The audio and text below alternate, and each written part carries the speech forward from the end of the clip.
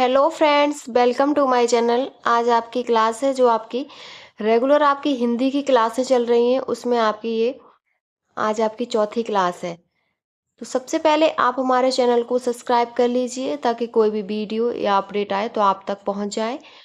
और ये क्लास आपकी हिंदी की इम्पोर्टेंट है क्योंकि आपके जिस भी एग्ज़ाम में हिंदी पूछी जाती है उन सब के लिए ये क्लास आपकी इम्पोर्टेंट रहेगी, क्योंकि इस क्लास में आपके सभी प्रीवियस ईयर क्वेश्चन पेपर हैं। आज का आपका पहला चैप्टर है वो है अव्यय। आपके विशेषण, वाच्य, संज्ञा, सर्वनाम, भाषा, बोली, वर्णमाला, ये सब आपके इससे पहले वीडियो में कंप्लीट हो चुके हैं। आज आपका हम अव्यय कंप्लीट करेंगे। चलिए शुरू करते हैं आज की अपनी क्लास। सबसे पहला पॉइंट है इसमें परिभाषा एवं भेद। इसमें पहला पॉइंट है भीतर और बाहर। भीतर और बाहर यह क्रिया विशेषण के उदाहरण हैं, ये स्थानवाचक के उदाहरण हैं। वाक्य में स्थानवाचक क्रिया विशेषण है तो आप यहाँ बैठिए। अगला पॉइंट है दिए गए वाक्य में क्रिया विशेषण के भेद लिखिए। रोज प्रातःकाल टहलना स्वास्थ्य के लिए अच्छा है। रोज क्या है? रोज कालवाचक है। अगला पॉइंट है भोजन के पश्चात वह आराम कर रहा है तो के पश्चात कालवाचक है। अगला है वह बहुधा पित्त का शिकार हो जाता है तो बहुधा कालवाचक है। अगला पॉइंट है किसान दिन भर खेत में काम करता है तो दिन भर आपका कालवाचक है। अगला पॉइंट है शीला ने कड़ी मेहनत की इसीलिए वह प्रथम आई। इस वाक्य में अव्यय को पहचानिए तो परिमाण सूचक है। अगला पॉइंट है अव्यय के कितने भेद हैं? तो 4 भेद हैं।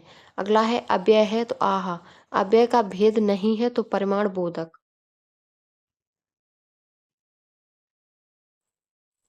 अगला पॉइंट है शब्द अव्यय नहीं है किसे? मेरा बेटा हजारों में एक है, वाक्य में हजारों क्या है? अव्यय है। वह ऐसा दौड़ा कि सब पीछे रह गए, इस वाक्य में ऐसा क्या है? तो अव्यय है। और आहा आपका शब्द अव्यय है। वर्तमान, नया तथा सुंदर में अव्यय वाला शब्द कौन सा है? तो तथा है। अगला पॉइंट है हमें प्रतिदिन सूर्य नमस्कार करना चाहिए तो प्रतिदिन आपका क्या है? अव्यय है।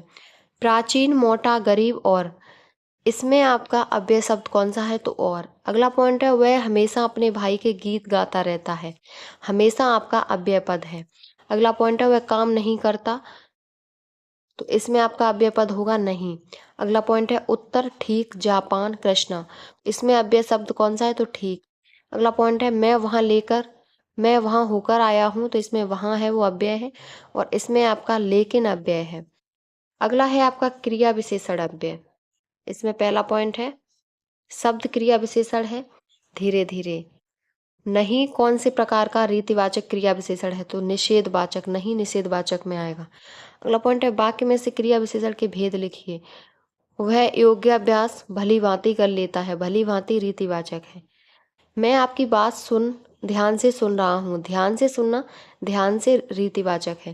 अगला पॉइंट है रीतिवाचक क्रिया विशेषण से संबंधित वाक्य वह अचानक चला गया। अगला पॉइंट है वह ईमानदारी से काम करता है तो इसमें आपका रीतिवाचक है। अगला है अमित ध्यान से पढ़ता है, इसमें भी आपका रीतिवाचक क्रिया विशेषण है। अगला पॉइंट है शब्द क्रिया विशेषण है तो रीतिवाचक। अगला है बच्चे धीरे धीरे चल रहे थे, धीरे धीरे आपका रीतिवाचक है। अगला है मैं वहां होकर आया हूँ, वहां आपका अव्यय है। अगला पॉइंट है ऐसा लगा मानो बम फटा हो, इसमें आपका अव्यय है स्वरूप बोधक। अगला पॉइंट है चोर तेजी से भागा, इसमें आपका रीतिवाचक है। अगला पॉइंट है आपका इस वाक्य में अव्यय के प्रकार को पहचानिए। धन के बिना व्यवसाय चलाना कठिन है, इसमें संबंध बोधक है क्योंकि इसमें संबंध बनना है धन के बिना। अगला पॉइंट है क्रिया विशेषण से रिक्त स्थान की पूर्ति कीजिए। बुढ़ापे के कारण दादाजी जल्दी नहीं चल पाते तो वे धीरे चलते हैं। अगला पॉइंट है क्रिया विशेषण शब्द है तेज। अगला पॉइंट है रमेश अच्छा गाता है, वाक्य में अच्छा क्या है? क्रिया विशेषण। अगला है आपका परिमाणवाचक विशेषण द्वारा बोध होता है क्रिया के नाप तौल का। अगला पॉइंट है इस बार बारिश में बहुत ओले पड़े, इसमें आपका कौन सा क्रिया विशेषण है? तो परिमाणवाचक क्रिया विशेषण है। अगला पॉइंट है सरकार ने असंतः प्रतिपूर्ति की, इस वाक्य में प्रयोग हुआ है तो परिमाणवाचक क्रिया विशेषण प्रयोग हुआ है। अगला पॉइंट है उन्होंने पूर्णतः समर्थन किया, इस वाक्य में परिमाणवाचक क्रिया विशेषण प्रयोग हुआ है। अगला है रामू थोड़ी सी मिठाई खाओ, इस वाक्य में शब्द थोड़ी सी किस प्रकार का क्रिया विशेषण? तो थोड़ी सी आपका परिमाणवाचक क्रिया विशेषण है। ये आपका प्रश्न यूपी टेट और यूपीएसआई दोनों में पूछा हुआ है। अगला पॉइंट है, अभिभावकों ने बच्चे के प्रति पर्याप्त ध्यान दिया। इस वाक्य में क्रिया विशेषण परिमाणवाचक है। अगला पॉइंट है, मैं आपके विचारों से अंशतः सहमत हूँ। इस वाक्य में प्रयोग हुआ है तो परिमाणवाचक क्रिया विशेषण। अगला है, मंत्री जी ने हड़ताल कर रहे श्रमिकों की समस्या को सुनने के लिए पर्याप्त समय दिया। इस वाक्य में क्रिया विशेषण का प्रयोग हुआ है तो परिमाणवाचक। अगला पॉइंट है आपका, आज हमारी बारी है। दिए गए वाक्य में आज पद है तो ये आपका क्रिया विशेषण है। अगला है, अरे सांप कहाँ गया? इस वाक्य में प्रयुक्त क्रिया विशेषण कहाँ है? तो साधारण क्रिया विशेषण है। अगला है, सीता यहाँ आ रही है तो यहाँ आ रही है मतलब स्थानवाचक क्रिया विशेषण है। अगला पॉइंट है आपका, जब आप आज्ञा देंगे तब मैं उठूंगा। इसमें कौन सा संबंध रखता है वाक्य? तो संयोजक क्रिया विशेषण है। अगला पॉइंट है, शिखा सुंदर लिखती है।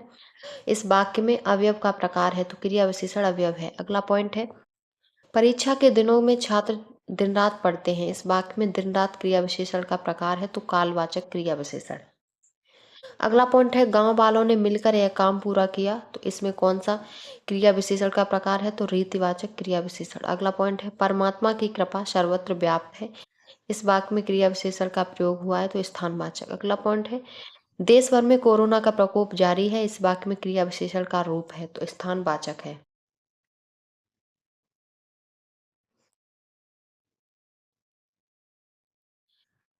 अगला पॉइंट है आपका, राम और लक्ष्मण ने मिलकर यह काम पूरा किया।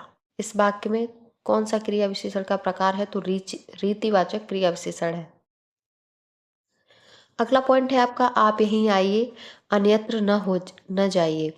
इस वाक्य में शब्द अन्यत्र है, वो कौन सा क्रिया विशेषण है? तो स्थानवाचक क्रिया विशेषण। अगला पॉइंट है, वह साल भर अनुपस्थित रहा। इस वाक्य में क्रिया विशेषण कालवाचक। अगला पॉइंट है, बुढ़िया धीरे धीरे चबा रही है। धीरे धीरे है आपका रीतिवाचक क्रिया विशेषण। अगला पॉइंट है, काहे को परेशान हो रहे हो? तो इसमें आपका क्रिया विशेषण है रीतिवाचक। अगला पॉइंट है, कोरोना अचानक फैल गया। इसमें आपका जो अचानक है वो रीतिवाचक क्रिया विशेषण है। अगला पॉइंट है, चोर वहां दीवार के पास खड़ा है। तो दीवार के पास मतलब स्थानवाचक क्रिया विशेषण। अगला पॉइंट है, कभी कभी मेरे दिल में ख्याल आता है। तो कालवाचक क्रिया विशेषण। अगला पॉइंट है, आपसे अरसे के बाद मुलाकात हो रही है। तो इसमें भी आपका कालवाचक है। अगला पॉइंट है, तारे आकाश में चमक रहे हैं। तो इसमें आपका स्थानवाचक क्रिया विशेषण है।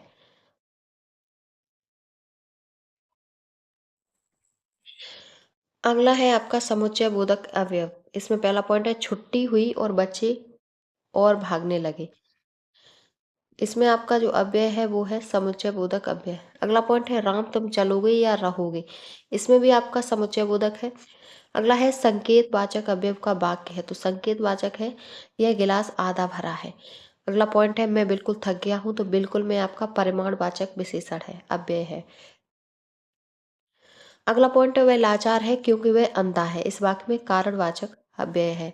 अगला पॉइंट है, समुच्चय बोधक अव्यय वाक्य है। तो सीता और गीता पढ़ती हैं, ये आपका समुच्चय बोधक अव्यय है।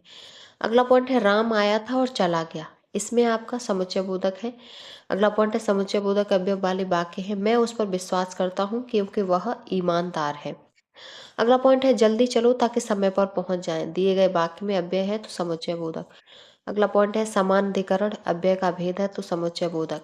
अगला पॉइंट है, जो शब्द वाक्यांशों वाक्य तथा शब्दों को जोड़ते हैं उन्हें क्या कहते हैं? तो उन्हें समुच्चय बोधक कहते हैं। अगला पॉइंट है, मैंने तुम्हें पढ़ाया इसीलिए तुम उत्तीर्ण हो गए। इसमें समुच्चय बोधक अव्यय है। अगला पॉइंट है आपका संबंध बोधक अव्यय। इसमें पहला पॉइंट है, कविता और गीता साथ में खेलते हैं। इस वाक्य में अव्यय के प्रकार को पहचाने। तो इसमें आपका संबंध बोधक है। अगला है, हमें जीत मिलने तक प्रयास करना चाहिए। इसमें आपका संबंध बोधक अव्यय।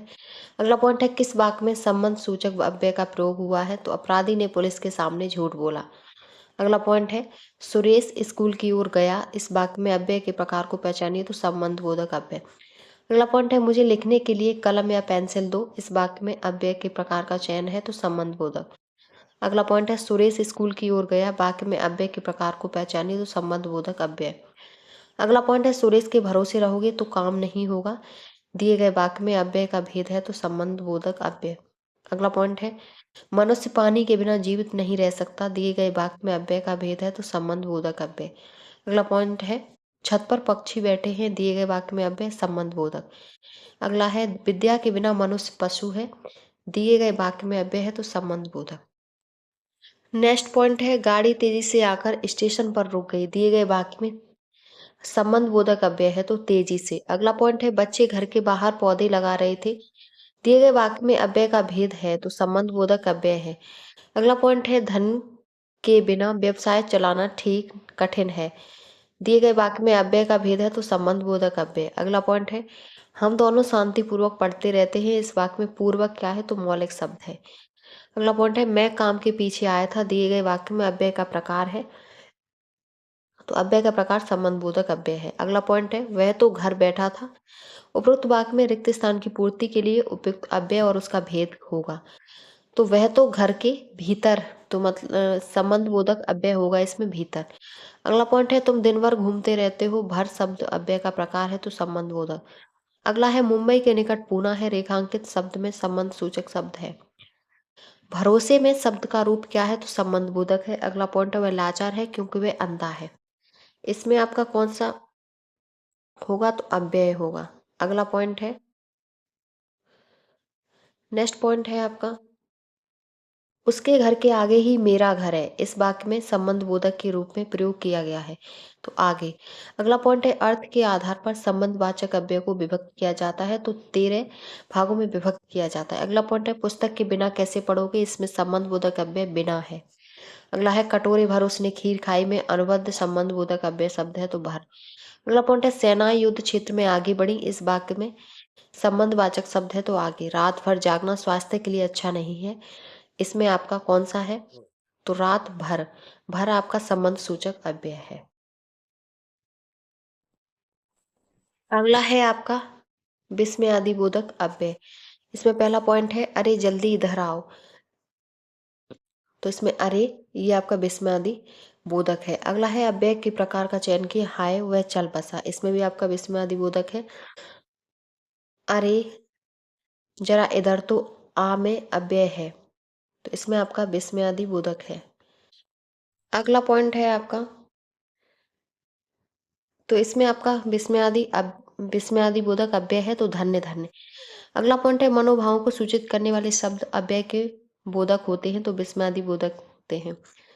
अगला है अरे हैं ए ओ इत्यादि दिए गए शब्दों में अव्यय है तो आश्चर्य बोधक अव्यय है। अगला पॉइंट है हाय अब मैं क्या करूं, इस वाक्य में विस्मय बोधक है तो हाय। अगला पॉइंट है मनोभाव के अनुसार हटो, दिए गए शब्द में विस्मयादि बोधक है चेतावनी। अगला पॉइंट है जिन अवयवों का संबंध वाक्य से नहीं वक्ता के हर्ष सुख आदि भावों से होता है उन्हें हम विस्मयादि बोधक अव्यय कहते हैं। अगला पॉइंट है अफसोस मैं नहीं जा सका, इसमें आपका सोच सूचक अव्यय है। अगला पॉइंट है साधु साधु बाप रे बाप हे राम साभास, दिए गए शब्दों में अनुमोदन सूचक विस्मयादि बोधक अव्यय है तो आपका साबास है। अगला पॉइंट है वाह वाह कितना सुंदर दृश्य है, इस शब्द में अव्यय का रूप है तो हर्षबोधक अव्यय है। अगला पॉइंट है आपका अगला है आपका निपात, इसमें पहला पॉइंट है वाक्य में निपात का प्रयोग नहीं हुआ है, मुझे एक गिलास पानी चाहिए। अगला है आप स्कूल जा रहे हैं, इस वाक्य में अव्यय के प्रकार का चयन कीजिए तो स्वीकारात्मक निपात है। अगला पॉइंट है तुम तो डूबोगे ही, अगला पॉइंट है तुम तो डूबे। अगला पॉइंट है आपका तुम तो डूबोगे ही सबको डुबाओगे, इस वाक्य में अव्यय के प्रकार को पहचाने, इसमें निपात है आपका। अगला पॉइंट है आपका वाक्य में निपात का प्रयोग हुआ है तो मुझे आने तो दो। अगला है इसमें निपात का प्रयोग आप भी आइएगा। अगला है इस तुम्हें आज रात रुकना ही होगा, इसमें आपका निपात अव्यय है। अगला पॉइंट है जिन शब्दों का प्रयोग वाक्य को श्रव्य भावार्थ और बल प्रदान करने के लिए होता है लेकिन वे वाक्य के अंग नहीं होते कहलाते हैं तो निपात। अगला पॉइंट है आप वहां मत जाइए, इसमें आपका पद परिचय होगा निपात मत का। अगला है यह काम उसने ही किया होगा, इस वाक्य में भी आपका निपात है। अगला है दिन भर पढ़ता रहता है, वह दिन भर पढ़ता रहता है, इसमें आपका व्यय का भेद है तो निपात। अगला पॉइंट है ठीक निकट इधर कल, दिए गए शब्दों में वह शब्द जो निपात का उदाहरण है तो वो आपका ठीक है। अगला पॉइंट है रविवार है वह घर पर ही रहेगा, तो ही आपका निपात है। अगला है मैं आज तक परीक्षा में सफल ही हुई हूँ, इसमें भी आपका तक है। अगला पॉइंट है जिनका प्रयोग निश्चित शब्द समुदाय या पूरे वाक्य का अतिरिक्त भावार्थ प्रदान करने के लिए होता है उसे क्या कहते हैं, तो उसे निपात कहते हैं। अगला है आपका काल परिचय। अब यह चैप्टर आपका कंप्लीट हो गया। अगला आपका चैप्टर है काल परिचय। इसमें पहला है काल आपका वर्तमान काल। वर्तमान काल में आपका पहला पॉइंट है, ये सभी के सभी आपके प्रीवियस ईयर क्वेश्चन हैं, जितने भी आपके एग्जाम आने वाले हैं जिनमें आपकी हिंदी पूछी जाती है, सभी के लिए ये क्लास आपकी इम्पोर्टेंट है। पहला पॉइंट है लता मंगेशकर गीत गा रही हैं। तो इसमें आपका लता मंगेशकर गीत गा रही हैं, तो इसमें आपका अपूर्ण वर्तमान काल है। अगला पॉइंट है गाय मीठा दूध देती है। इसमें भी आपका सामान्य वर्तमान काल है। अगला पॉइंट है बच्चा 2 घंटे से रो रहा है, तो वर्तमान काल बच्चा 2 घंटे से रो रहा है। बच्चा 2 घंटे से रो रहा था, ये आपका इसको जब चेंज करेंगे वर्तमान काल में तो बच्चा 2 घंटे से रो रहा है। अगला पॉइंट है वह आई हो तो मेरी चिट्ठी उसे दे देना। इस वाक्य में कौन सा काल है, तो संभाव्य वर्तमान है। अगला पॉइंट है जो क्रिया अभी हो रही है उसे कहते हैं, तो उसे अपूर्ण वर्तमान कहते हैं। अगला पॉइंट है किस वाक्य में क्रिया वर्तमान काल में है, तो मैं तुम्हारा पत्र पढ़ रहा हूँ, ये वर्तमान काल है। अगला है मैं पढ़ रहा हूँ, इस वाक्य में वर्तमान काल का भेद है, तो तात्कालिक वर्तमान काल है। अगला पॉइंट है क्रिया के जिस रूप से यह बोध हो कि कार्य अभी पूर्ण नहीं हुआ, इस बल्कि अभी चल रहा है, तो वो क्या कहलाता है, वो अपूर्ण वर्तमान काल कहलाता है। अगला पॉइंट है रीना पढ़ती होगी, इस वाक्य में काल है, तो संदिग्ध वर्तमान काल है, पढ़ती होगी। अगला पॉइंट है इस समय श्याम आता होगा, इस क्रिया का काल है, तो संदिग्ध वर्तमान काल है। अगला पॉइंट है हम चूड़ियां पहन रहे हैं, इसमें आपका अपूर्ण वर्तमान काल है। अगला पॉइंट है पवन गेंद से खेल रहा है, इसमें भी आपका अपूर्ण वर्तमान काल है। अगला पॉइंट है काल के कितने भेद होते हैं, तो काल के 3 भेद होते हैं। अगला पॉइंट है आपका दीपक स्कूल से घर पहुंचने वाला होगा, तो इसमें आपका संदिग्ध वर्तमान काल है। अगला पॉइंट है अब भूख बढ़ती ही जा रही है, इसमें आपका प्रगति घोतक वाक्य के लिए पक्ष का भेद है। अगला पॉइंट है अब तक बच्चे काफी घूम चुके हैं, तो इसमें आपका पूर्णतः घोतक है। अगला पॉइंट है पक्षी कितना सुंदर चहचहा रहे हैं, इसमें आपका होगा सातत्य बोधक। अगला पॉइंट है आदिकाल भूतकाल भविष्यकाल वर्तमान काल। दिए गए शब्दों में से वह शब्द जो काल का भेद नहीं है, तो वो आपका आदिकाल नहीं है। भूतकाल भविष्यकाल और वर्तमान काल ये आपके तीनों काल के भेद होते हैं। अगला पॉइंट है सोनू खाना खा रहा है, इस वाक्य में कौन सा काल है, तो अपूर्ण वर्तमान काल है। अगला पॉइंट है वर्तमान काल की पहचान है जहाँ क्रिया आरंभ हो चुकी हो किंतु समाप्त नहीं न हुई हो, वहां वर्तमान काल होता है। अगला पॉइंट है गीता ने पुस्तक पढ़ी, इस वाक्य में आपका पूर्ण वर्तमान है। अगला है आपका पॉइंट वह रोज देर से उठता है, इसमें आपका सामान्य वर्तमान काल है। अगला पॉइंट है संभवतः वह लिखता होगा, इसमें आपका संभाव्य वर्तमान है। अगला है गायक गीत गा रहा है, इस काल में आपका तात्कालिक वर्तमान है। अगला पॉइंट है श्रोता सवाल कर रहा है, तो इसमें आपका अपूर्ण वर्तमान है। अगला पॉइंट है वह कलकत्ता जाता है, तो सामान्य वर्तमान काल। अगला पॉइंट है छात्र पढ़ते होंगे, इस वाक्य में क्रिया का काल है, तो संदिग्ध वर्तमान काल। अगला पॉइंट है पक्षी उड़ रहे हैं, पक्षी उड़ रहे हैं अपूर्ण वर्तमान। अगला पॉइंट है लता गा रही है, अपूर्ण वर्तमान काल। लता मंगेशकर गाती हैं, इसमें आपका सामान्य वर्तमान काल है। अगला पॉइंट है वह कविता गायन करती है, इस वाक्य में क्रिया काल का बोध करा रही है, तो सामान्य वर्तमान काल का बोध करा रही है। अगला पॉइंट है आपका वह आया, इस वाक्य में काल का बोध होता है, तो पूर्ण वर्तमान। वह खाता होगा संदिग्ध वर्तमान काल। वह काम बहुत ढंग से करते हैं, वाक्य का काल है सामान्य वर्तमान काल। दूसरा आपका काल है भूतकाल। भूतकाल में पहला पॉइंट है वह बाजार जा चुका है, तो इसमें आपका आसन्न भूतकाल है या पूर्ण वर्तमान काल। अगला पॉइंट है निर्देश अनुसार काल बदलिए, तो हरजीत जग रहा है। भूतकाल में चेंज करेंगे तो हरजीत जग रहा था। अगला पॉइंट है बाणी नाच रही है, भूतकाल में चेंज करें तो बाणी नाच रही थी। अगला पॉइंट है शंकर फौजी बनना चाहता है, शंकर फौजी बनना चाहता था। अगला पॉइंट है वाक्य में भूतकाल के भेद का चयन कीजिए। मैं खाना खा चुका हूं, तो आसन्न भूतकाल। अगला पॉइंट है माला बच्चे को फल खिला रही है, भूतकाल में जब चेंज करेंगे तो माला बच्चे को फल खिला रही थी। अगला पॉइंट है मैंने आम खा लिया है, वाक्य में प्रयुक्त काल है तो आसन्न भूतकाल। अगला है आसन्न भूतकाल कौन सा है, मोहित स्कूल पहुंच चुका है। अगला पॉइंट है यदि बारिश होती है तो सूखा न पड़ता। इस वाक्य में काल कौन सा है, तो हेतु हेतुमत भूतकाल है। अगला पॉइंट है वह खा रहा था में काल है तो अपूर्ण भूतकाल। अगला पॉइंट है मैं पत्र लिख रहा था, वाक्य में काल है तो अपूर्ण भूतकाल है, मैं पत्र लिख रहा था। अगला पॉइंट है आपका वे सब अभी गए हैं। इस वाक्य में से भूतकाल का भेद है आसन्न भूतकाल। अगला पॉइंट है जिससे क्रिया की समाप्ति निकट भूत में या तत्काल ही सूचित होती है उसे आसन्न भूतकाल कहते हैं। अगला पॉइंट है जिस क्रिया से कार्य होने में अनिश्चितता अथवा संदेह प्रकट होता है वह क्रिया क्या कहलाती है, वह संदिग्ध भूतकाल। अगला पॉइंट है यदि नेहा परिश्रम करती तो परीक्षा में अवश्य उत्तीर्ण हो जाती। क्रिया में कौन सा काल है, तो हेतु हेतुमत भूतकाल है। अगला पॉइंट है सत्संग में जाने के बाद मन को शांति मिले, दिए गए वाक्य का काल है तो आसन्न भूतकाल है।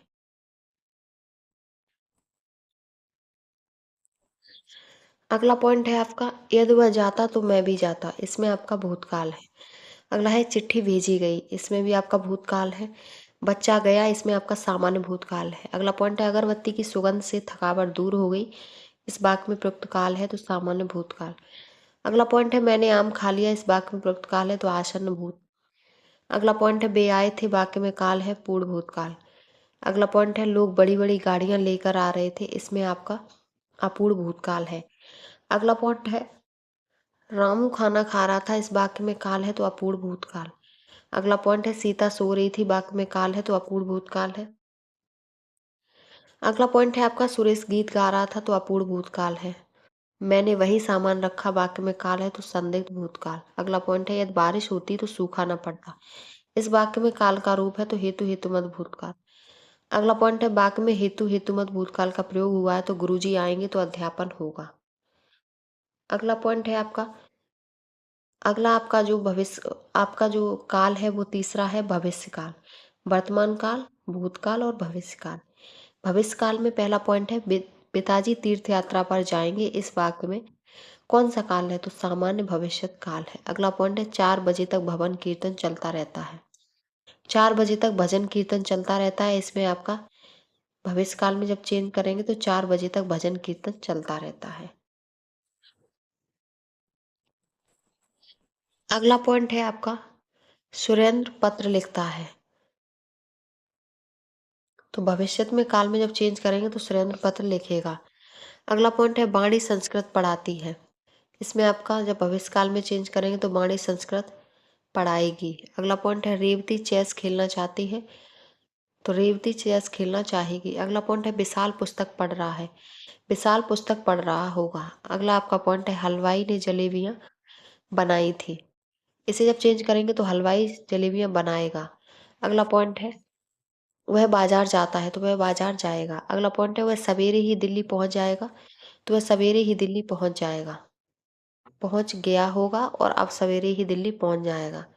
अगला पॉइंट है आपका संभव है यह वाक्य किस काल में है, संभाव्य भविष्य काल में। अगला पॉइंट है प्रेरणा स्टूडियो जाएगी में काल का भेद बताइए, तो सामान्य भविष्यत काल है। अगला पॉइंट है क्रिया का सही रूप वाला विकल्प पहचानिए, शायद कल मीरा दिल्ली दिल्ली जाए, तो जाना आपका ये संभाव्य भविष्य काल का है तो जाए। अगला पॉइंट है संभव है कि कल हम सिनेमा देखने जाएंगे, तो इसमें आपका संभाव्य भविष्य काल है। अगला पॉइंट है मैं आपकी प्रतीक्षा करूंगा, इस भाग में कौन सा काल है, तो भविष्य काल है, मैं आपकी परीक्षा करूंगा। अगला पॉइंट है आप गाए तो मैं नाचूं, इसमें आपका हेतु हेतुमत भविष्य काल है। अगला पॉइंट है अध्यापिका नृत्य सिखाएंगी, इस वाक्य में क्रिया का काल सामान्य भविष्य है। अगला पॉइंट है मैं पढ़ूंगा, दिए गए वाक्य में काल का उदाहरण है तो सामान्य भविष्य। अगला पॉइंट है इशिता गीत गाएगी, इसमें आपका भविष्य काल है, काल का सूचक है। अगला पॉइंट है शायद कल यह निर्माण का शिलान्यास होगा, तो संभाव्य भविष्य काल है। अगला पॉइंट है आप पढ़े तो मैं लिखूं, इस काल का बोध करा रही है तो हेतु हेतुमत भविष्य। अगला पॉइंट है गुरुजी योग सिखाएंगे, इस वाक्य में क्रिया का काल बोध करा रही है सामान्य भविष्य। अगला पॉइंट है अध्यापक पाठ पढ़ाएंगे, इस वाक्य में क्रियाकाल का बोध करा रही है तो सामान्य भविष्य। अगला है आपका पॉइंट संभवतः कल इस पुस्तक का विमोचन होगा, तो इसमें आपका संभाव्य क्रिया, कल इसका विमोचन होगा तो इसमें आपका होगा संभाव्य भविष्य। अगला पॉइंट है आपका भविष्य काल के भेद होते हैं तो 3। अगला पॉइंट है मैं कल घूमने जाऊंगा, इस वाक्य में क्रिया का कौन सा काल है तो भविष्य काल। मैं आपकी प्रतीक्षा करूंगा, इसमें भी आपका भविष्य काल। कल तापमान अधिक होगा, इसमें भी आपका भविष्य काल। अगला पॉइंट है प्रधानमंत्री बाढ़ग्रस्त क्षेत्रों का दौरा करेंगे, इसमें आपका सामान्य भविष्य काल है। अगला पॉइंट है प्रेरणा स्टूडियो जाएगी, इस वाक्य में क्रिया का वाक्य है तो सामान्य भविष्य काल। अगला पॉइंट है शायद कल बाजार बंद रहेगा, मैं भविष्य काल का रूप है तो संभाव्य। नेक्स्ट पॉइंट है आपका कदाचित शाम तक वो वापस आ जाए, इस वाक्य में प्रयुक्त काल को पहचाने तो संभाव्य भविष्य। अगला पॉइंट है कल शायद परीक्षा परिणाम घोषित हो, इसमें भी आपका संभाव्य भविष्य काल। अगला पॉइंट है आए तो मैं जाऊं, इस प्रस्तुत वाक्य में काल है तो हेतु मद भविष्य काल है। ये आपकी काल की वीडियो कंप्लीट हो गई, इसमें आपकी अव्यय और काल आज की वीडियो थी आपकी। ये आपके सभी एग्जाम के लिए जिसमें आपकी हिंदी पूछी जाती है सभी के लिए इम्पोर्टेंट है।